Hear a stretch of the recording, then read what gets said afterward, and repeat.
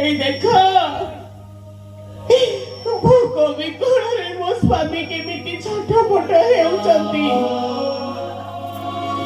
ଆଜକୁ 4 ଦିନ ହେଲା କିଛି ଖାଇନାହାନ୍ତି। ଦୟାକରି ମତେ କିଛି ଖାଇବାକୁ ଦିଅ ମାଆମାନେ। ମୋ ସ୍ୱାମୀକୁ କିଛି ଖାଇବାକୁ ଦିଅ। ହେ ମା, ମୋ ସୁଖା ସିନ୍ଦୁରକୁ ବଞ୍ଚେଇବା ପାଇଁ ମୁଁ ତୁମ ପାଖରେ କାନି ପତେଇ ଭିକ ମାଗୁଛି।